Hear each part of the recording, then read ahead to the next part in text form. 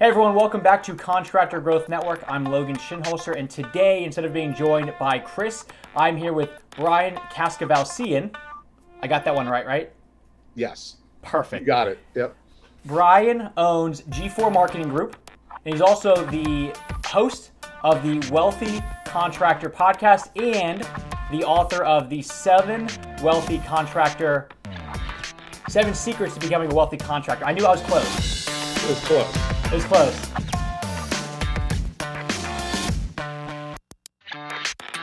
So Brian, to kick it on off, my audience, they are typically, it's smaller clientele, smaller contractors who are, a lot of them trying to go from the solo-preneuer into the, let's actually have a crew. And it's typically around the remodeling, landscaping, painting, the more pleasurable services. So that's really who we're speaking to today. So to kick it on off, could you give everybody a background of who is Brian? What are you all about? So that way we have a good frame of mind of who we're talking to today, please. Yeah, sure. So I started off, well, today, I'll tell you this. I'll start with today and then I can go back. Beautiful. But about 12 years ago, I started a company called G4 Marketing Group. And G4 Marketing Group, what we do is we help home improvement companies on their relationship marketing. We'll talk more about that later, what that means. We work with primarily roofing, window, siding, and one-day bath companies and some plumbing and HVAC companies.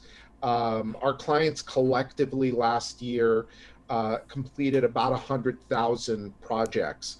For the last few years, I've also done the Wealthy Contractor podcast where I interview some of these people and I ask them, how did you go from the, a solo person, because we all start our company with one person ourselves, right? How Mm-hmm. did you go from that to wherever you've gotten to? And so we have the Wealthy Contractor podcast. We've got the book, of course, The 7 Secrets to Becoming a Wealthy Contractor. But I told Logan, to the listener, I probably started like before he was even born, and I was right. But I started off selling home improvements when I was going through school, and that's kind of how I got my way into the home improvement business. And I owned a number of home improvement companies. One of them I franchised, actually. We had 30 some franchisees around the country. I never used to talk about it before, Logan, but I was broke at 40. I talk about it now all the time because Mm-hmm. I don't want other people to make the same mistakes that I made. So I was completely broke, and me and my wife started over. We had two young kids at the time, and we started over at 40. And so I've spent the last 12 years not only rebuilding, we were able to rebuild all of our stuff, and more, but I've really been focused on how do we help contractors be more successful and really not make the same mistakes that not only did I make, but a lot of people make in this business. So I hope that's a good background. Yeah, I appreciate that. What is that like?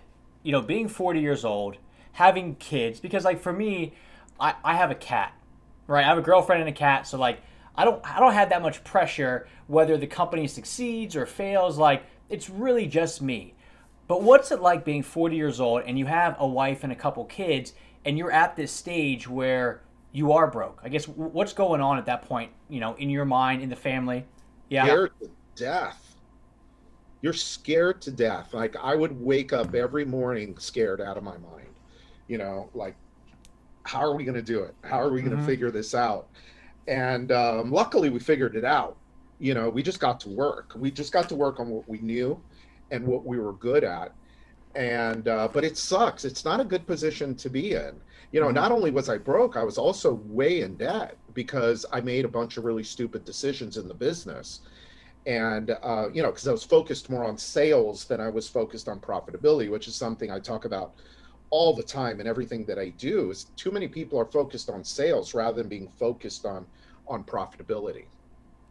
And was all this, did it coincide? Because now that I do the mental math in my head, this was around '08. Was it because of what happened, or was it? So what's funny is, I actually sold the franchise company right before everything hit the fan. And it wasn't because of that. No, it was because of my own, dumb decisions. Um, what's funny though is I've started G4 Marketing is the third business I started in the middle of a recession, Mm-hmm. the third one, and yeah. So no, it wasn't because of the recession, but we went through it broke. Mm-hmm. And then walk me through the rebuild. What's that like? Hustling, working hard, making phone calls, doing stuff that I didn't have to do that stuff for a really long time. I had a team of people to do all of that stuff. Mm-hmm. And then one day you find out, oh shit, there's no team. It's just me Right. and my wife, Addie. And so we just hustled. I mean, we put together a good product. We attracted some good people. And then from there, those people introduced us to other people. I had to get good at speaking. I wasn't really good at speaking. I had to learn quick. I didn't do Toastmasters. I didn't do all that stuff. I just, went at it. Mm-hmm. And, I wasn't very good at the beginning, but I think I've gotten a little better now. Well, you definitely enunciate everything very well. So I would say whatever you've been doing for the past 12 years, it comes across very clearly. So you're doing something right. Like 5 or 6 years ago, and my kids were still, teenagers, they used to get mad at me for, Dad, why are you saying and oh all the time? Uh huh. And so they kind of like beat it. I still do it a little bit, but Mm-hmm. I'm much more aware of it. So, my kids helped a little bit, and it's tough being in front of a whole bunch of people and not being good, because they'll let you know right away that you're just not, you're not very good. Yeah, I did a stand up comedy class last year, like this time last year, Yeah, and I'm good with speaking on stages.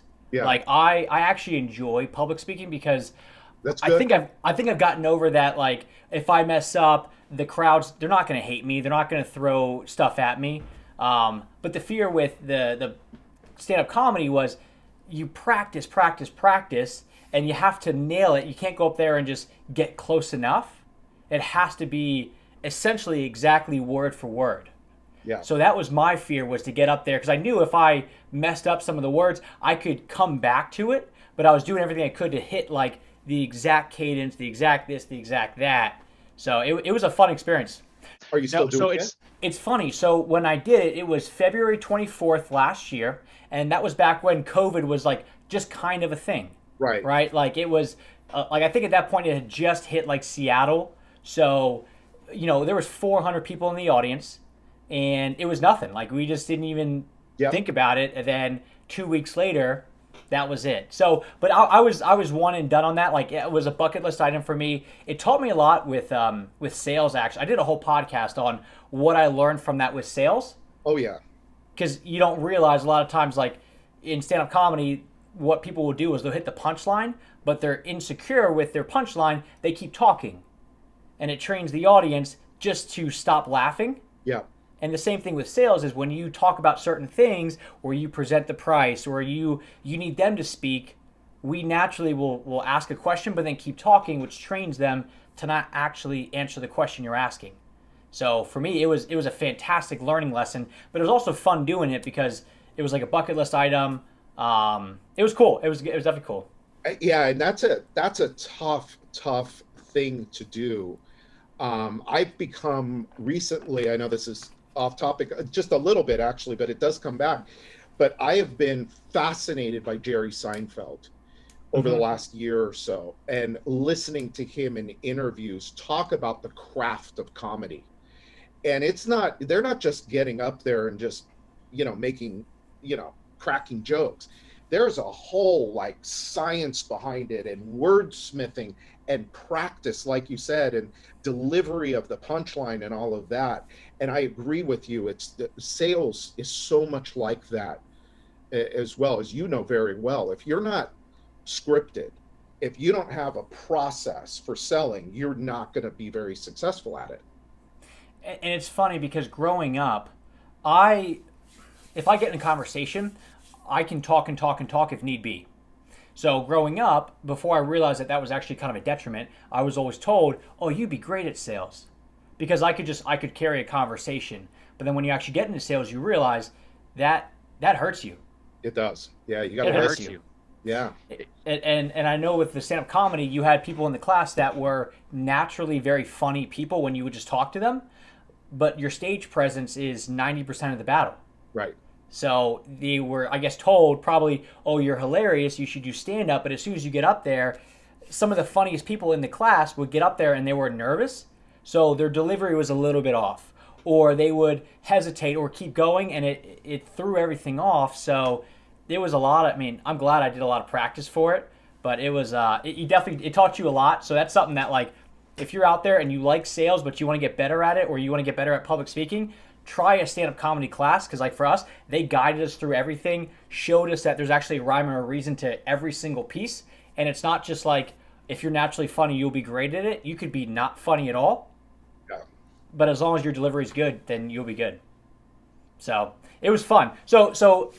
I like the little tangents like that. So I appreciate you bringing that stuff up, Ryan. So with you right now, are you still doing the construction company, or are you done with that for good and now you're just working on G4 and I am done with that for good. I just help okay. other home improvement companies now. And what was that business? What was the actual construction business that you did? Well, I had a number of companies. I actually had an interest in a landscape company for a while, high-end landscape company. But my last business was a handyman business where we brought in handymen, we marketed to homeowners, we had a selling system, we had a marketing system, and we built that up pretty quick, right around the 2000. That was one of the businesses I started during the recession, and that we ended up franchising. We ended up having about 30 franchisees across North America. So do you mind jumping into that a little bit more? Because to me, the handyman service, that is a tough business as far as like making profit. It's almost like you got in landscaping, you've got the high-end landscaping, and then you've got lawn care, and lawn care that's also a tough business. So how did you guys set up the handyman service to market well, to be profitable? I guess, can you walk me through that? Knowing what I know today, I would not have done a handyman business. I had a conversation with somebody I know recently, and they were thinking about adding a small ticket service, a handyman. And I told them, stick with higher ticket, make sure you get your margins right, make sure you have a selling system in place. The way that we did it was, it was a pricing game too. It's like we were 3 times the price of a typical handyman. We set up those guys. The interesting thing about that business is, and it's the same with, by the way, with the 3 groups that you work with too, is there's not a lot of real sophisticated sales and marketing going on. And so when you see that and you say, okay, a handyman everybody's hiring a handyman taking a chance. We didn't have Thumbtack back then. We didn't have whatever that other app is where they claim to screen people. We didn't have those kinds of things. So people needed handymen, but what did you do? You went to the classified ads and you looked for a guy that put an ad in, or you heard about somebody from somebody else. They're unreliable. You don't know who they are, if they're going to show up, if they're going to leave you high and dry, if they're going to rip you off, they don't have insurance, if they get hurt, blah, blah, blah, all of this stuff. So we said, well, why don't we take that and just organize it? And so we would charge, call it $75 an hour, pay the guy $30 an hour. And that was kind of the deal. That was how we did it. That was how we built it up. Now, with that, because of the lower ticket, we had a killer selling system. I mean, absolutely killer selling system. But it was a small ticket. And so That's the one thing. I wish I would have done something that had another zero on the end. So could you take the model that you had and just do it for a remodeling company? No, How come? it's different because remodeling. So remodeling is a tough gig. When you're talking, I assume when you talk remodeling, you're talking about additions, design build, custom Mm-hmm. kitchens, bathrooms, that sort of thing. First off, that's a tough business to begin with. That's a really tough business. But that business requires a lot of estimating and bidding. I started in that business. I started selling high-end kitchens and bathrooms. And it would take us, I mean, we would sit down, we would meet with the client, we would go over all of the things that they wanted, we would come up with the design, we would come up with the pricing for the whole thing. With the handyman business, you're walking in the house, you're looking at the 4 or 5 things that they want to do, and you're giving them a price on the spot, and you want to start on the spot. Like Mm-hmm. our guys went there ready to work. That was part Mm-hmm. of our thing. We didn't go there and bid the job and then come back later and do it unless it was bigger, and we couldn't. But we wanted to get there, get the job done, get our money, and walk out. So is Different mhm. kind of It was a different kind of system. It might work with painting, maybe. Mm-hmm. But even painting requires thinking about, well, what if you have a 20-foot high ceiling in this room, and then you've got 4 bedrooms, you've got 2 bathrooms, you've got a kitchen, but the kitchen is this, and there's a lot of variables. So is that, I guess, now that we talk about G4 and the relationship marketing, because when you talk about, we do relationship marketing, and then as soon as you listed out the industries that you work with, I was like, damn, like what we do and what I do is it's a lot of relationship building, but you didn't name any of those three industries really. So was it like, I guess for you guys, why do you focus on roofing, HVAC, siding, more of like that side of things with G4? So the most successful companies, period. I mean, whether they're in home improvement, construction, or what, a restaurant or dentist or whatever, they understand that really what they're in is that they're a sales and marketing company that just happens to sell fill in the blank. And the clients that we work with, their businesses are set up that way. They are sales and marketing machines, right? Mm-hmm. So that's the practical side of it. The other side of it is they historically are one and done companies. Roofing. Why do you need relationship marketing for a roof? You're going to only buy one roof. Mm-hmm. Well, guess what? You do need relationship marketing because your friends are going to come and ask you, who did your roof? I need a roof. Who did your roof? Right? Mm-hmm. And you're either going to remember the company, you're going to remember you had a good experience or a bad experience, and then you're going to decide whether or not you're going to risk making a referral or an introduction, right? Mm-hmm. And so all of those factors are, if you don't do something about it, it leaves it all to chance. Mm-hmm. If you look at the typical remodeling, landscaping, painting, roofing, put them all together. Typically, the owner is way too busy. They're just trying to make payroll this week, right? They Mm-hmm. can't.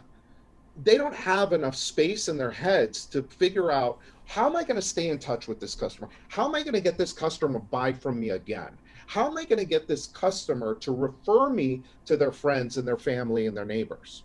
How am I going to get this customer to give me a review? It shocks me that there are remodeling companies out there that only do like 15 jobs a year, and yet they can't get their customers to give them a Google review, even if they did a great job. It's like, well, just go and ask them. But they don't have time because they're too busy doing something else. This goes back to the question that you asked originally, is how do you make that transition from the solo owner doing everything to the business owner who's doing nothing, right? Right. And so, and that's a hard transition to make. And so that's kind of where G4 fits in is that for those companies that consider themselves sales and marketing companies, we can come in and do that piece for them so that they could just worry about the front end lead generation and the customer experience. We'll take care of the back end. Interesting. Okay, so that's the model that you have. So I guess just can you what is G4? How does it work? Can you give us the overview of what that program looks like? Yeah, so in its simplest form, when our clients are done with a job, okay, Mm-hmm. so they put a new roof on somebody's house, job is done, job is closed out. Either we'll go into their CRM, pull that name out, or they'll send us a list this week that says, hey, here's all the jobs that we've completed this week. Name, email, address, and phone number, physical address. Mm-hmm. And so, depending on the program that they're in, we send them out a thank you package.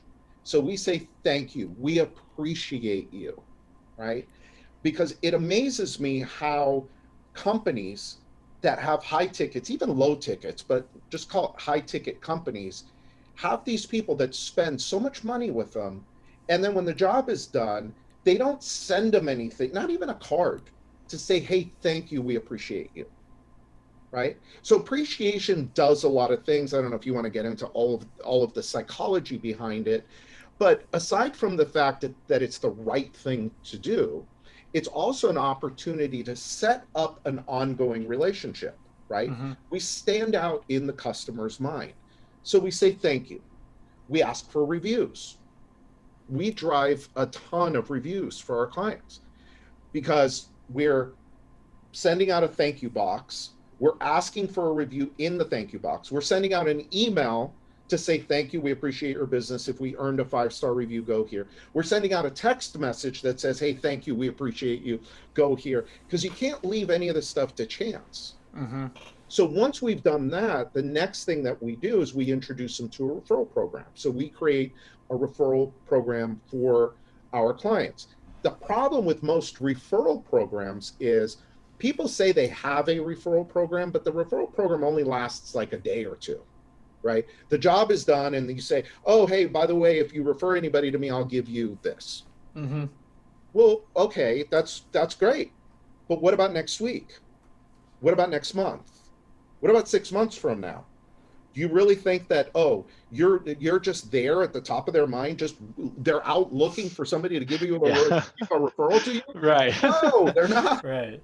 They're busy, but I always say it, a few hours after you've left, maybe a couple days after you've left, they've forgotten about you. You're long gone. You're a distant memory.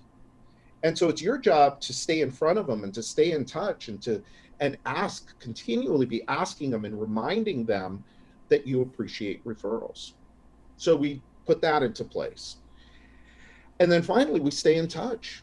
We do email marketing, we do direct mail marketing, we do newsletters. Newsletter is the best way. The number one thing that all of your clients could do right now is start a newsletter or just get one, like we have one. If you wanted to come to G4 and have us do newsletters for you, that's like the number one best thing that any company could do to stay in touch with their customers. It's a non-threatening format. If you do it right, you make short little fun articles. It's not all about remodeling your house. It's not all about painting. Nobody gives a crap about that.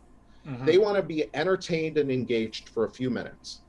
And so that's what our newsletter is. It shows up physically in their mailbox. They have to touch it. They have to look at it. And the chances of it getting opened are off the charts because of the way it looks and the way that it's designed. So we do that. We do an email newsletter every month, and then we do a few other things. But that's the gist of it. There's basically 4 pillars: appreciation, reviews, referrals, and keeping in touch. Those are, if you want to put a good relationship marketing program together, what we call putting a fence around your customers, those are the steps that you want to take to make it happen. So I love it. What's interesting to me is the physical newsletter. Yeah. why physical? I mean, like, so I had like one of the companies that I'm part of.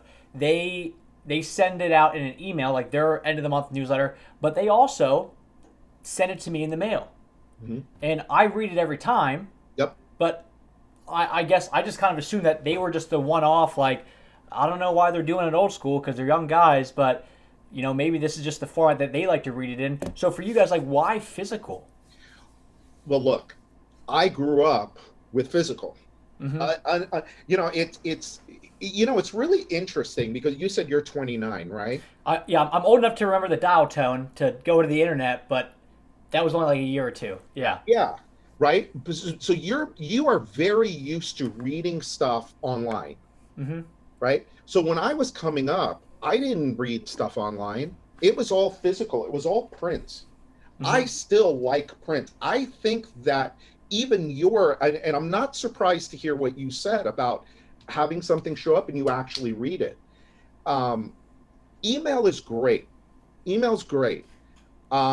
And we get really good open rates on our emails, but email's very limited in terms of what you can do. It's also limited in terms of like how many people are actually going to open it, right? How many people are actually even going to see it? How many people are going to interact with it? Whereas when you get something physical in the mail, it's a different story. You got to look at it. And if the thing is designed right, people will open it up and they'll go inside. And if the first page is constructed right, then you engage them for a few minutes. And the idea is to just put your name in front of them on a regular basis in a friendly format. And that's why newsletters are amazing. And they'll work B2B, they work B2C. I would dare anybody to find me a business that wouldn't benefit from a company newsletter. Mm-hmm. So what's funny about what you're talking about is there's no silver bullet. There's no like tricks of the trade. It's just straight up. It just sounds like consistency. Yeah, there is no. People are always look. I was always looking for. You still are. I mean, it's just natural. You want a shortcut. You want an easy button for stuff, Mm-hmm. and there is things now that makes things easier. Now, look to your audience. If they're not working with you to develop a selling system, right? That's foolish because you'll never build a business unless you have a selling system. So if you have a remodeling company, and this goes back to the question you asked me at the beginning, is how do you go from solo doing everything to go being business owner and doing nothing? Well, and you know what I mean by doing nothing, right? It's like Mm-hmm. there's a lot of work as the business owner, but it's not the everyday stuff. It's where are we going? What's the vision of the company? And then bringing in the resources to make it happen. But that doesn't take 40 hours a week, right? Right. I don't spend 40 hours a week working at G4. They need me half a day a week, right? But the work that I do in that half a day is important. But still, so if you are out there as the remodeler, the landscaper, the painter, and you're out running bids and running estimates all day long, how are you going to build a business? Selling is a full-time job. So how are you going to build a business? And then the mistake that you see, I know you see all the time, is that people think that, well, the way that I sell, I'm just going to bring somebody along with me and I'm going to show them how I sell. And then I'm going to give them leads and let them go and try and copy what I do. That doesn't work. I can't duplicate you. I could shadow you selling your thing, you know, if you didn't have a system, let's say it was just Logan, Mm-hmm. and I was to follow you, and you said, okay, here's some leads, go sell them, good luck. That's not going to work Right. because I'm not you. I Right. don't have that. I don't have whatever The that's it factor. Yeah. the it factor. Yeah. And as owners, a lot of times we have an it that cannot be duplicated. So the only way to be really successful is to have a system, a process for selling. And that's one of the things that a lot of the people that the trades that you work with, that's their biggest challenge is, well, if you don't have a selling system, how are you going to teach somebody else to do it? And then if you bring somebody in and try and teach them to do it the way you do it, what's going to happen? They're going to fail. And then what are you going to say? Oh, well, I've tried hiring salespeople and it doesn't work. No, you did it the wrong way. There's a right way and there's a wrong way, right? So with what you're doing, I mean, with the relationship marketing, it's the back end stuff. I mean, you're going after people that already trust the contractor because they've already hired him once. Yeah. It's up to the contractor to deliver a good experience. So you're essentially just staying on top of that person over and over and over. So as far as when that person says, "Oh yeah, I had this, I had Brian's roofing company come give me a new roof. You should call them." How warm of a lead is that for that new person to call the salesman? Absolutely. It's the second best lead you can get. First best lead is as a customer you worked with 2 years ago or whatever that says, "Oh, by the way, I want to do my front yard now. You did my backyard, now I want to do my front yard." That's the best lead you can get. Yeah, and it's funny because so this is just the way that what we do, Brian, is we focus on the front end side of things. So when you acquire a new customer, you're going out and you're trying to get new work. One of the problems, especially as a smaller business owner, is you only have so much time in the day. Right, so if you're spending 4 hours, driving out to someone's house, going through the whole estimate, driving back, working up a proposal, sending it out, and your project costs $60,000, and they go, "Oh my God, I was thinking 12 grand max." Right. That's 4 hours wasted right there. So that's the big thing here is that if we can protect your time on the front end by essentially, we're a big proponent of transparency, on the websites, let's put the pricing out there, put the process out there. So essentially it's now up to your homeowner to, when they're looking around, go, "Okay, this is what a kitchen costs." Like either they want to have a conversation with you or they don't, because it's not like, "Oh wow, a kitchen's 60 grand and I was thinking 55. They're way too expensive. It's typically 60 grand. I was thinking 6 or 7. So they're not even close. So they're essentially weeding them out on the front end.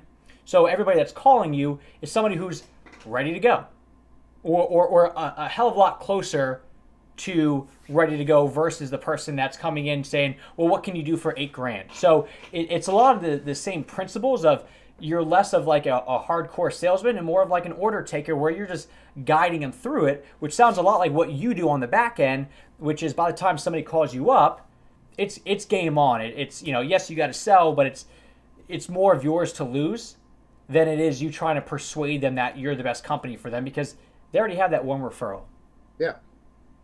So I guess what got you into this? Because this is like it's a pretty specific system. I love it because it's simple, or at least and correct me if I'm wrong. Like I know our stuff, we get in trouble because everybody thinks we have the secret sauce, where the website that we're going to build them has like this huge technical thing, but when we show them, it's just so simple and so straightforward that sometimes it works against us because they're like, "Well, that's a lot of money for something so simple," and it's like, well, simplicity sells. So for you, I guess, what got you into G4? What made you want to start this?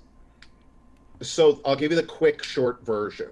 All right. Okay. So I was doing consulting work for a lead generation company in the home improvement space locally. Sure. I was in Southern California at the time. And were you in LA or San Diego? I was in in Long Beach. Long Beach. Okay. Yeah, right in between. And so these guys hired me as a consultant to help them with their selling process to contractors. Recession was coming in and things were getting a little bit tougher. And one day I said to the owner, I said, we talk about is front end, leads. What these people do not understand is the enormous opportunity they have on the back end. And I just scribbled out, I said, it would be really cool if we put together a system like this. And I just scribbled it out on a whiteboard. And that was it. That was all we did. Well, I don't know how long later, a couple months later, This guy that we know, his kid went to school with my kid, had just bought this company that delivered cookies for auto dealers. Mm-hmm. And he wasn't quite sure what to do with the business. And so I went in, I looked at it, and I said, oh, this is kind of cool. And we talked a little bit about it. And as I was, I left, and I was starting to think, that might be kind of interesting for contractors, for home improvement companies. So I went back and I started asking some questions. And I said, hey, what do you think about me taking this, buying it from you, and I'll resell it to contractors? And that's basically how it started. And then, me and Addie got to work, and we put that on steroids, because it was just, here's some cookies, and how did we do? But we added a whole bunch of other elements to it. But that's basically how it came about. And I'll tell you what, it is a super hard thing to sell. Super hard thing to sell. Walk me through that, because I used to be not quite in that space, but the way that I would sell, man, it was tough. It was, hey, you pay me all this money now, and in 18 months, this is really going to pay off. So it would take so long that they're like, yeah, okay, Logan, yeah, ours doesn't take quite that long, because we can get, there are some wins that you can get up front. But it is a long-term investment. And what's funny is our very first client, Charlie Gandell, I've interviewed on our podcast. I've had him at my events. Brilliant guy, one of the smartest, nicest people I've ever known in business. He was our very first client, still with us today, 12 years later. And for him, it was, look, he says, I don't see this as a cost. I see this as a part of doing business. I'm not going to put in a window without using screws. I'm not going to put in a window without using caulking. Just like I'm not going to let my customer, after the job is done, go without getting a gift. It's just not going to happen. And so the people that think about it that way, and they say, look, I'm going to take a small piece of my marketing budget and I'm going to put it towards this, then, they have a chance at something like this working. But I'll tell you, it was tough at the beginning. Now, we work with a couple hundred clients, and some of our clients are, I have a client that did $160 million last year. Dang. And so, you work with them, and if they're giving me money, hey, we might be, G4 might be okay. Right. And so that's what we've built over time. Have you ever read the book Giftology? Yes. What are your thoughts on it? Basically, the whole book is give gifts. After you're done with when you meet people, or after you've provided a service, give them a gift. Great idea. Okay, fair. I didn't know if there was because I've had John. Yeah. That guy's smart. That guy sells something that's a door-to-door product. He sells Cutco knives, right? $1,000 for knives. My wife bought them. Okay. $1,000 for knives that you can go to Costco and get for $120, right? And so this guy was smart. He said, well, let me write a book about gifting. And he got himself out there and got himself speaking gigs and all of that. And he sells a crap load of Cutco knives. Right? Great. So it's funny. So I hired his company. He actually does, it's more than Cutco. Okay. So that's where we started, but it's the same idea. But I use that. So whenever we finish something with a company, we get them. This is mine, but a personalized Yeti mug, where on the front they'll have their logo. We get one for them, one for their spouse, with a handwritten note. And I still get texts from people that on a Saturday morning. I got one this weekend, a Saturday morning, drinking that, and hey, just thinking about you. So it's the way that we follow up with clients sucks a lot of times, because we don't. We finish and it's funny. So my dad's a contractor. He does koi ponds, water feature, stuff like that. Oh, nice. Okay.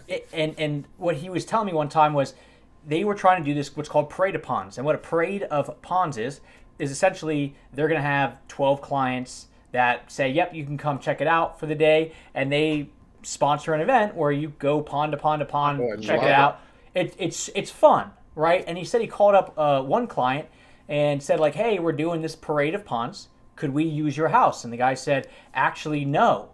And my dad, and this is early on in the business, and he was like, well, how come? And he said, honestly, Steve, you built like a $17,000 feature for me, and you never even called me afterwards to like say, how do you like it? How's it working? And he said that's when like the light bulb went on of like, oh shit, like I can't abandon these people because like they invited me in. And the pond world is very emotional in the sense that, you know, maybe like 20% of the time that you like actually connect the waterfall when it turns on, the people cry. Or they hire you to build their pond because it's a memorial pond for their son that passed away or their partner. Yeah. Yeah. So it's deeply, deeply emotional because people build this rapport with the fish and they love it. Yet a lot of the pond people will build it, and then because they're artists and they love the actual pond, they move on to the next great project. So What a missed opportunity that is. yeah. It's everywhere, and it's funny that because like the thing with remodeling companies is as soon as you remodel somebody's kitchen, as soon as you're done with that, the next thing is boom. What else in the house do they want to remodel? Because they go from the kitchen to the living room to the bathroom to this. So it's like the more you stay on top of them, the more that they're going to keep coming back more and more and more. Yeah, and everybody's looking for a good contractor. Yeah. Everybody's looking for a good contractor. And if you're that good contractor, you should be able to stay busy for a really long time through those relationships. That's why I say the newsletter. I mean, you did a job for somebody a year ago, and maybe, they're not yet in the market. Look, let's face it, $10,000 for a job, like most of the window roofing, the clients I work with, their average job is about $10,000. That's a lot of money for most people. Right? For the majority of people, that's a lot of money. They're not ready next week to spend another 10 grand. So you got to stay with them and stay with them and stay with them. And if they don't know somebody, or if they don't have a job themselves, they might know somebody that does, or they might get asked about their project. And it's just such a wasted opportunity. Especially when you've put all that effort up front to get them to come in initially. Right. And it's not getting any cheaper, is it? No, it's funny, man. Like everybody bashes Facebook because it's not a good platform, but if you look at their earnings report every quarter, their profit keeps climbing and climbing and climbing because it gets more and more and more competitive. So the cost to be out there on their platform, I mean, when Google first started with Google Ads, it was like 5 cents a click. Right. And now for certain industries, like ridiculous. Yeah. It's like $30 just to have somebody click on your stuff, and you better hope like hell that they then move forward, So it's, the cost of not staying on top of your people is so high, yet we all focus on more, new, that we shoot ourselves in the foot all day long. Yeah. So, oh, sorry, go ahead. No. I was going to say, so with all this, if somebody wants to learn more about G4 and get connected with you, Brian, what's the best way to go about doing that? Website is the best. It's G, but it's not the number 4. It's 4 spelled out. So it's GFOUR marketing.com. G4marketing.com. And if they want, we have a blueprint where we lay out this stuff. You could download it digitally, but we created a blueprint that walks you through the 5 steps of how to do this. And that is at g4marketing.com/blueprint. Perfect. So we'll put that in the show notes, guys. And then, Brian, you also have the Wealthy Contractor podcast. What's that all about? Because if they're listening to this, they're obviously podcast people. So if you don't mind, do you mind if we tell everybody how they can get the 7 Secrets book for free? Yeah, go ahead.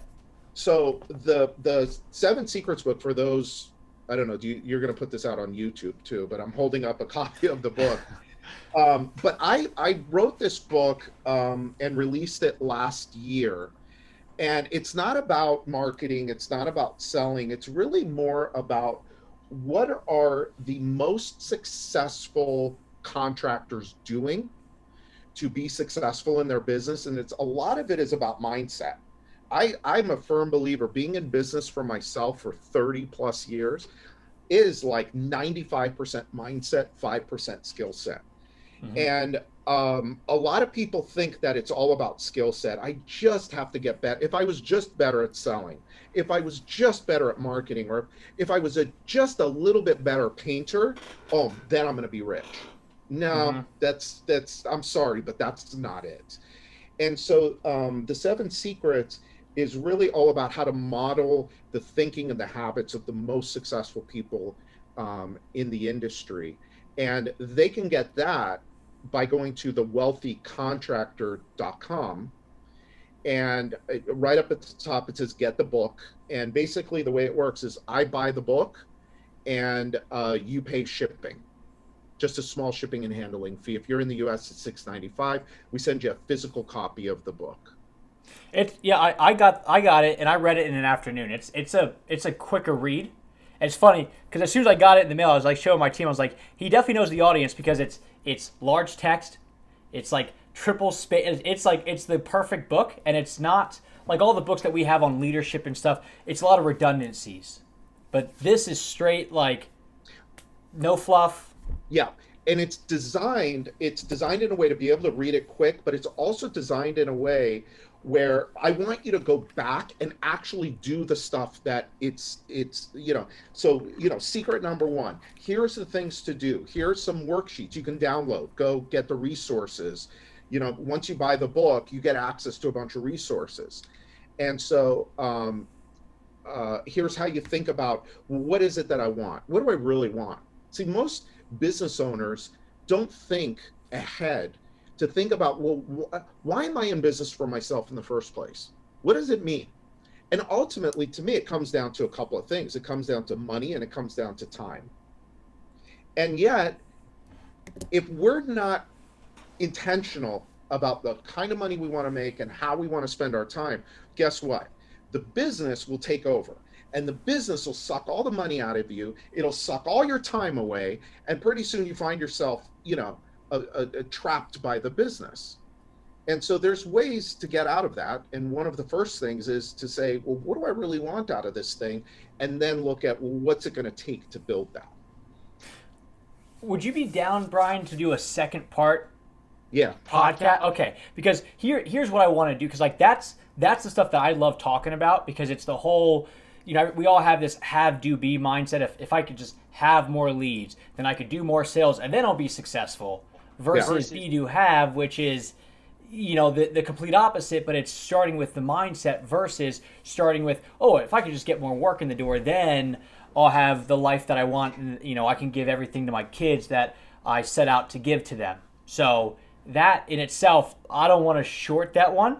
So we'll do that. Well, that was a hell of a teaser, so I like that, how you led into it. So we'll get you back on. We'll do a second part, and we'll go all through the 7 secrets, if that's cool with you. In the meantime, guys, get the book. It's a great book.